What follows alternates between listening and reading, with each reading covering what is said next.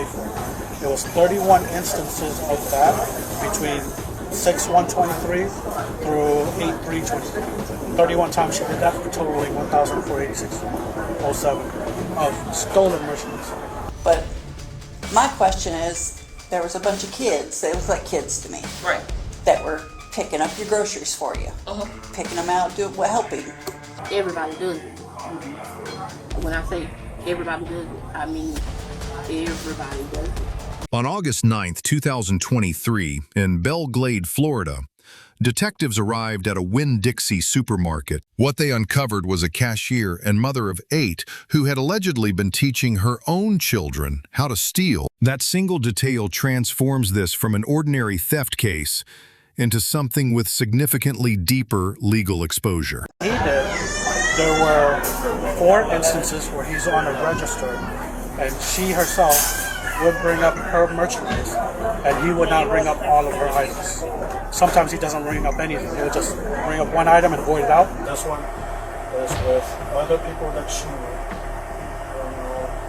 So all of these items were not paid for. And I noticed in the videos that you said you had 8 kids? Yes, I have 8. Okay, so there's a kid in the cart, and then there's this kid. That's and that's my son. A lot of times it's just her shopping. They would shop, and then once they bring it up to the register, she would not scan all the items for her kids, or she would void out the entire transaction and allow her kids or herself to walk out with all of the product not paid for. It was 31 instances of that between 6/1/23 through 8/3/23. 31 times she did that, totaling 1,486.07 of stolen merchandise. Because as long as there's items that she did pay for, that's not included in that total. That's just what was not paid for. What he did, there were 4 instances where he's on a register and she herself would bring up her merchandise and he would not bring up all of her items. Sometimes he doesn't bring up anything. He would just bring up one item and void it out. Everything else he would allow her to put back onto the cart and let her walk out. She walks out. Correct. It's 4 times of that, and of those items that we were able to identify that were not paid for was $274.32. All of that happened last month. On 7/4 through 7/22 was 4 times with him that he had helped her. Okay, and she left. You and her, you said, right? Can we see the video? Sure. I'll hear if you want. Okay. Make sure that they're in the car, and I'll... Okay.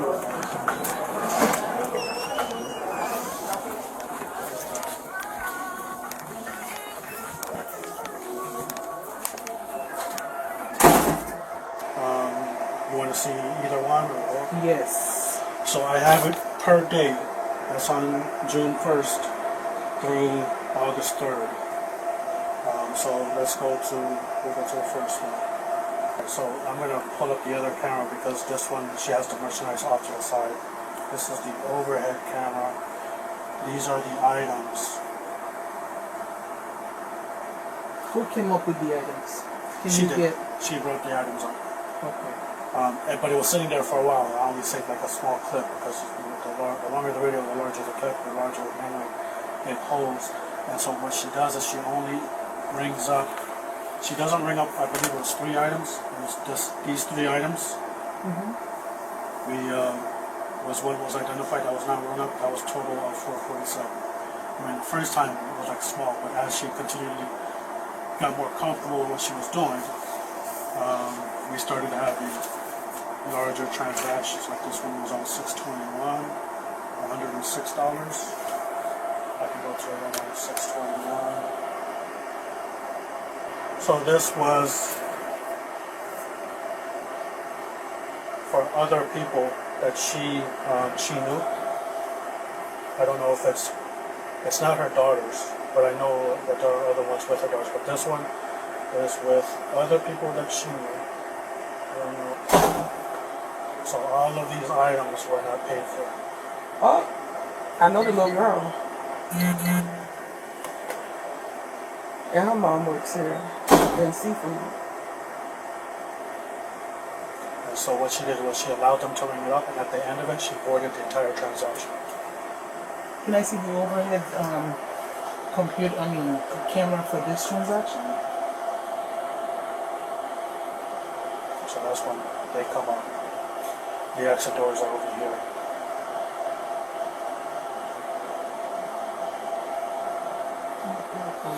Except this register.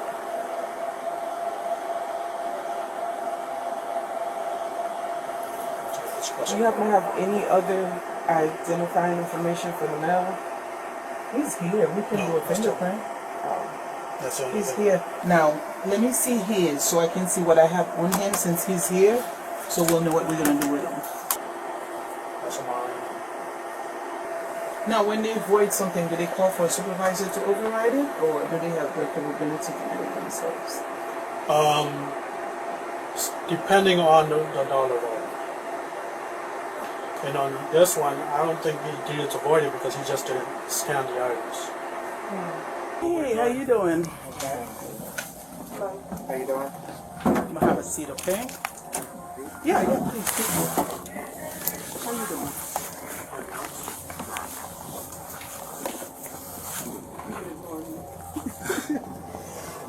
What's going on my end? Just so you know, you're not under arrest. I just want to know what's going on. Tell me what happened. I made a mistake. What happened? I made a mistake. What happened? It's not funny. It's just, being young and having an opportunity, it just being dumb. And now I don't put stuff in jeopardy, put myself in a position that I don't like to be in. This is embarrassing. But I will go. I ain't gonna cry though. I ain't gonna cry. We good. You guys are pretty chill, so I'm not really too much nervous no more after talking. But at the end of the day, it's just a mistake. And I'm assuming the proper proceeding's gonna happen. So there's not really much to it. The man told me to write that, and then I've been sitting back here since then. So I don't know what he writes. Yeah, I just want to curious. know what's the mistake. Tell me about it. They said last month they got me for not scanning a couple items, but then they wanted me to pinpoint how much of this. I'm like, I don't know. Like, it wasn't for the whole year I've been here, or for 6 months, or for 5 months, as far as just a month ago. So it's not a common thing. It's not a normal thing. He told me everybody he talked to about me, they all said the same thing. Like, he's not that type of kid. It's that and third. And that's basically where I was at with that situation. Me and him, we just talked about it, and he told me to write that, and I guess he'll be back and talk to me some more or something like that. And I've just been waiting since then. That's pretty much the situation at hand. So I'm just sitting waiting to see what's gonna happen. What about the items that you didn't scan? What happened to them? Up in the air, out the store, or either put back into go bags. There's a lot of different things we do with the items. But then that's another thing he wanted me to the things he wanted me to answer are things like a month or 2 months ago, and I'm like, hey, I can barely remember things from last week, but I can try my hardest to really jump all the way back then and tell you the best I can. And I don't know if that's really much help, but No, but you said he told you there's some items that wasn't scanned. yeah, he wasn't specific. He wasn't specific on any of the stuff like that. Well, he just basically said, hey, you've been flagged in the system for this, and this is what we got. This is what's going on. But he didn't tell me what items wasn't scanned or nothing like that. He didn't tell me how much or nothing like that. It was just more of the system is reporting to you, so we got to do an investigation into what's going on, and that's where I'm at currently with it. Do you remember any item not being scanned? Do you remember any item was voided or anything like that? Yeah, when it comes to voiding, that's common between the cashiers. Like, if a customer doesn't want it, or if something happens, or if a customer already purchased an item and they're just exchanging for another, or they damaged their item, it's common for them to just, hey, I bought this, and me being the cashier has already seen their face. Once they come up, put it in the bag, here go your bag, go about your day, because you already purchased the item prior to this interaction. I've seen your receipt, I've seen the whole prior to that. Right. And but as far as the store concerned, that's not the correct way to handle things when it comes to that aspect of it. That's pretty much it when it comes to the register. I don't really keep track of what goes on. But like I said, just being young, being in a position where you want to be beneficial, you want to be helpful, and it's just not the What do you correct. mean by being helpful? Not just in general. Like if somebody asks for you, like if you're in a position to help others. Don't and talk this in is, slang. I'm I not. don't I'm not. speak I'm not. slang. No, I'm not. This Come is slang. straightforward with I'm it. saying, okay. So being in a position to help others. Me, the person, at least the person that I am. I'm not gonna speak for everybody. I'll speak for myself. Being in a position to help others, the person that I am, I would take that opportunity. But in this instance, me not considering consequences or what is the actual actions that I'm doing, what it could lead, like that aspect of it wasn't being processed. And me being so young and being so quick, and at my 18th birthday, I just went to prom, I just went grad bash, I just graduated. I just came from Orlando as a graduation trip. Like all these things are going on. I'm moving so fast. I'm making a little money from Winn-Dixie, and you know everything's going smooth. Nobody's really in my ear telling me nothing, no rights or wrongs. It's just the introduction to adult life, and having all that at once, it just didn't end up making the right decision. And it's unfortunate. So what's not the right decision? That's where I'm lost. The not right decision is allowing, whether it's willingly, well, I can't say unknowingly, because if that's the case, then it's not your fault. But just being true to your morals and not allowing items to walk out the store, or being honest and scanning everything and doing things of that nature, because that's what it is to be a Winn-Dixie employee. That's somebody sticking to their morals, and that's what I mean by doing the right thing, and that's the mistake that was made. You already know what it is. Okay? I'm going to send everything I have to the state attorney, and they're the one who's going to make the decision on making, either making an arrest or not making an arrest. Okay? But this is serious, as you know. I have all the videos, and the manager's going to send them to me tonight, and we can move forward with them. Under Florida Statute Section 812.014, theft offenses are graded by the value of the property taken. Property valued between $750 and $20,000 elevates the offense to grand theft in the third degree. That charge is a felony punishable by up to 5 years in prison and a $5,000 fine. Investigators documented 31 separate transactions totaling $1,004.86. Even before adding the 4 additional transactions involving a coworker, the value crosses the felony threshold decisively. A defendant cannot escape a felony by arguing that each individual theft was on its own only a misdemeanor. Florida courts allow prosecutors to aggregate a series of thefts committed pursuant to a single scheme or course of conduct. This aggregation doctrine is precisely what closes the loophole for schemes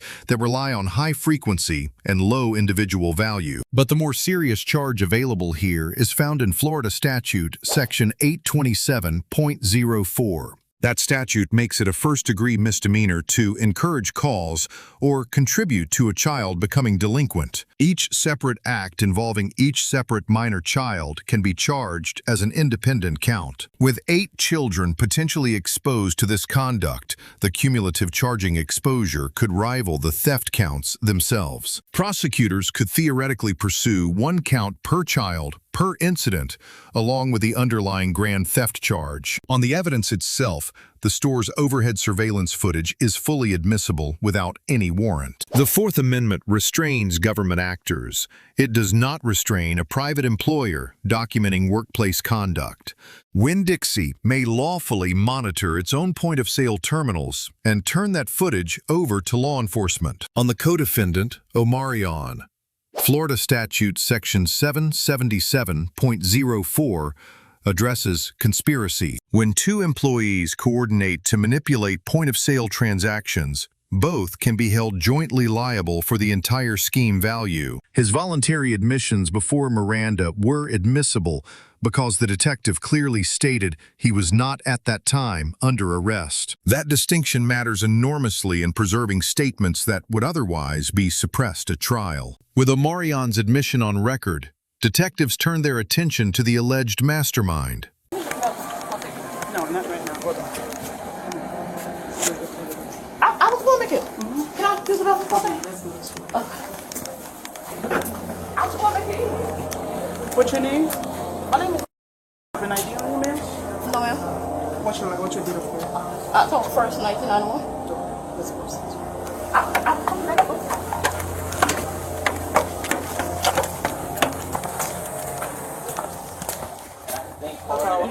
got, what's the date of birth for her? 10/191. 91, I remember. Hold on. But she look different, right? Yeah. I look different in what? I'm just fat as hell. Nah. No. Smile. You said 10/191? Yeah. Yeah, that's me. That's my driver's license. You look different though. I'm just fat. Stop. That's it. Alright. Anything with him? He said if you wanted to go down the list again, he would try. That's where we're at. Just chatting. Can you have him step outside real quick? Can you hit up the phone real quick? Hold on. Put your hands behind your back for me. Can I use the bathroom first? Hold on. I'm gonna take you to the bathroom, I promise you. I'm not gonna be nasty with you, okay?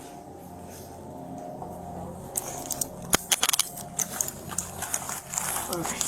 So is there any way I can talk I'm to gonna you? talk to you. Okay, go ahead. Okay? Go ahead. There's ways to do that. Okay. Alright?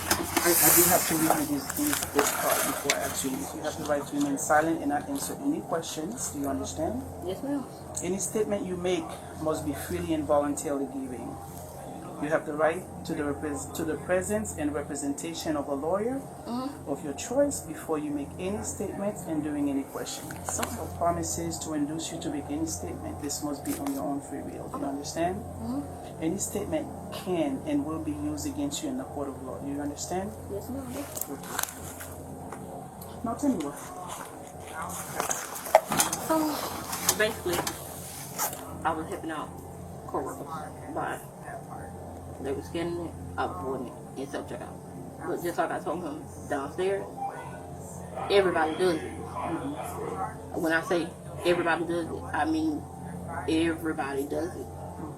So, like, But right now we're here for you. I saw the videos. Right. I saw you walk out with the cards. We Right. have different occasions, Right. different instances. So I just want to hear from you about but your. some of the stuff I pay for. Right. Well, if we got, I got everything. I got the receipts. And Okay. I have several transactions. Okay. I Several know. transactions, over $1,000 Okay. worth of transactions. So there are some that was paid for, and he already went through that. Right. Remove the one that was paid, and the one that was either not scanned or voided have been taken out, and the receipts, everything is printed. Okay. I know people go through hard time. So, can I just pay them back? Unfortunately, it don't work. No. It don't work. Okay. So I'm gonna type up the paperwork. I'm gonna take you with me. To the bathroom? I'm gonna take you to the bathroom, Okay. but at my station though. At my station, it's not too far. Okay. It's not. Okay. Well, can I get handcuffs Do you have- outside? No, unfortunately. Okay. Turning to Miranda, the rule from Miranda versus Arizona, decided in 1966, applies only to custodial interrogation. Under Berkemer versus McCarty from 1984, custody means restraint, equivalent to a formal arrest. The detective correctly delayed the Miranda warning until the suspect was actually placed in handcuffs. That is textbook practice. Voluntary statements made before that point remain admissible because the suspect was not at that moment in custody. The suspect's primary defense was that, in her words, quote, "Everybody does it," end quote. This is known in law and philosophy as the tu quoque fallacy, and it carries no weight in a criminal proceeding. The fact that others may commit the same offense is neither a legal justification nor an affirmative defense. At most, evidence of widespread misconduct might mitigate a sentence. It cannot negate the elements of the crime itself. The suspect also asked whether she could simply repay the money and make the case go away. She could not. In American criminal law, theft is an offense against the state, not merely against the private victim. Only the prosecutor exercising sovereign authority can decline to file or dismiss a criminal charge. Restitution can be ordered as part of a sentence, but a private repayment agreement cannot replace the sentence itself. Days later, after violating the terms of her bond, the suspect was rearrested. Detectives conducted a second, more thorough interview. as I told you earlier, I'm Detective Owens. This way here's Detective Miranda. Okay. She's lead. This was her investigation. I'm just here to assist her. Okay. Whatever. So she just has some stuff she just wants to talk to you about, whatever. Okay. Okay. Okay. We'll go from there.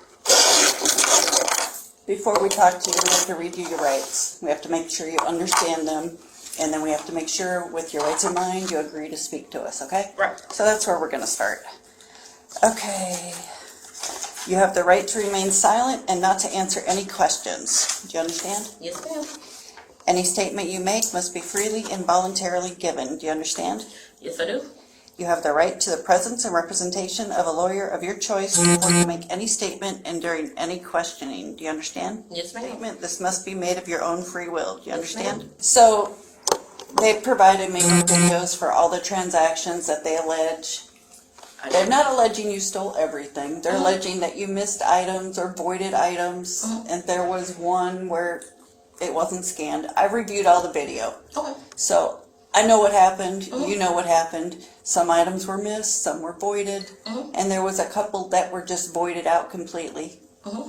But my question is, there was a bunch of kids, they look like kids to me, Right. that were picking up your groceries for you, picking them out, helping. So, and I noticed in the videos that you said you had 8 kids. Yes, I have 8. How old are they? My oldest is 16 and my youngest is 10 months. 10 months? Okay.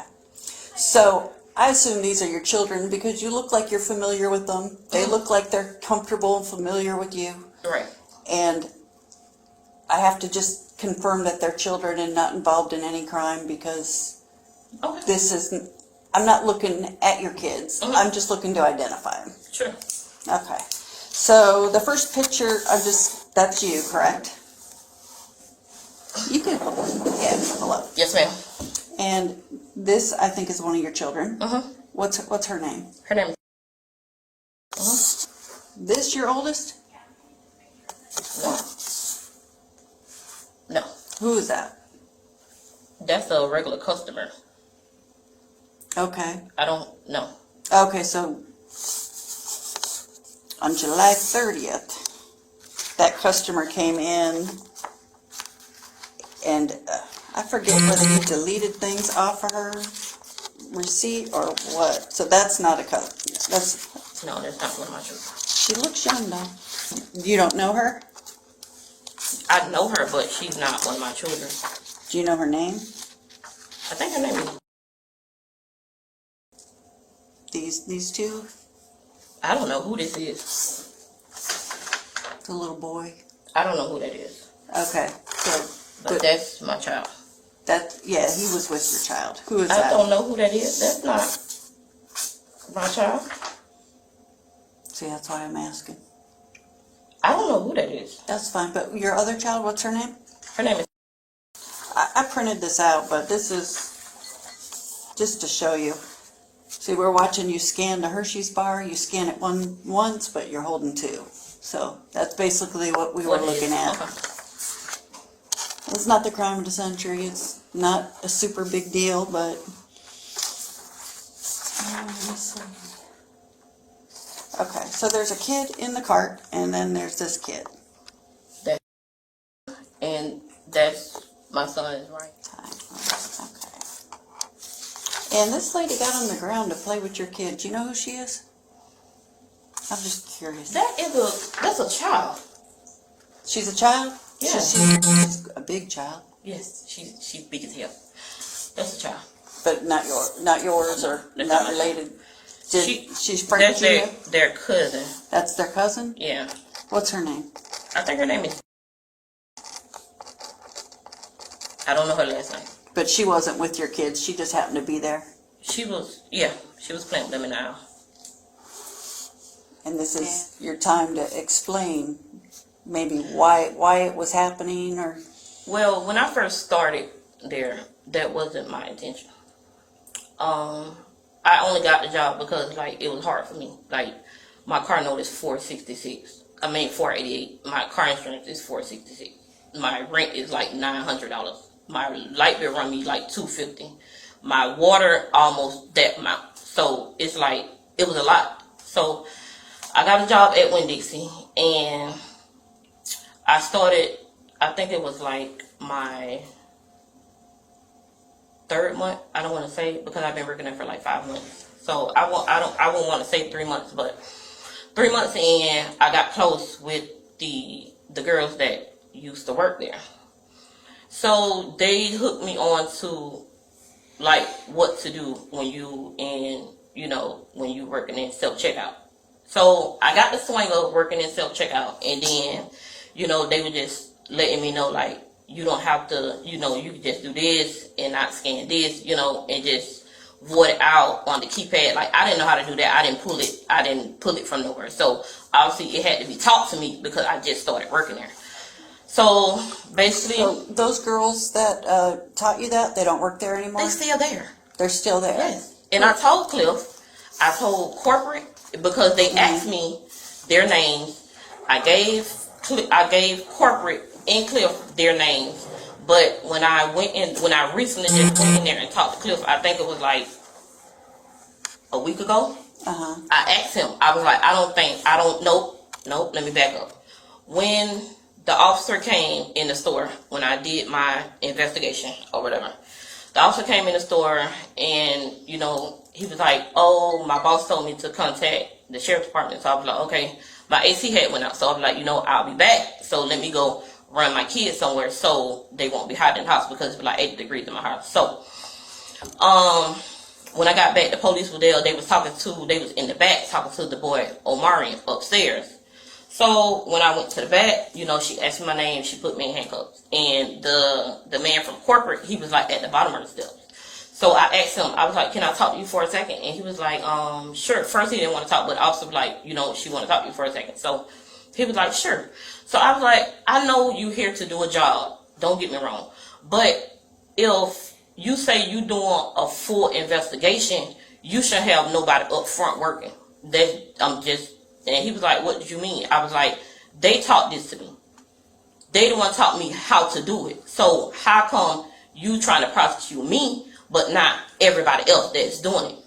And he was like, oh, I'm doing an investigation. Oh, I'm doing an investigation. I was like, don't get me wrong. I know you have a job to do, but you should have did your investigation that same day, and you wouldn't have had nobody working. So who taught you how to do it? The girl, Oriana taught me how to do it. So I would just, explain to him like, Moline does it, but it's not as often as everybody else. And just like I said, times got hard.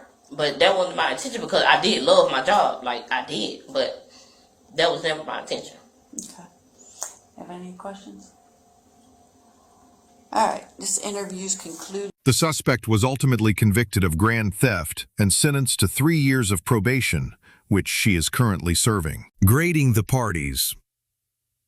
The lead detective earns an A- for methodical investigation and proper Miranda timing. The loss prevention manager earns an A for meticulously documenting 31 incidents before ever involving law enforcement. The lead suspect earns an F for a systematic scheme aggravated by the deliberate corruption of minor children. The young co-defendant earns a D, mitigated only by his immediate admission and full cooperation with detectives. 3 practical lessons emerge from this case that every viewer should take away. First, repetition creates felonies.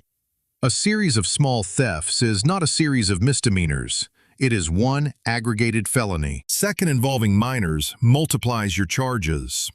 Every additional child pulled into the scheme is a separate, independent count. Third, restitution does not extinguish criminal liability. Once the prosecutor is involved, only the prosecutor can walk the case back. Fourth, workplace surveillance by a private employer is generally admissible without a warrant, no matter how the footage was captured.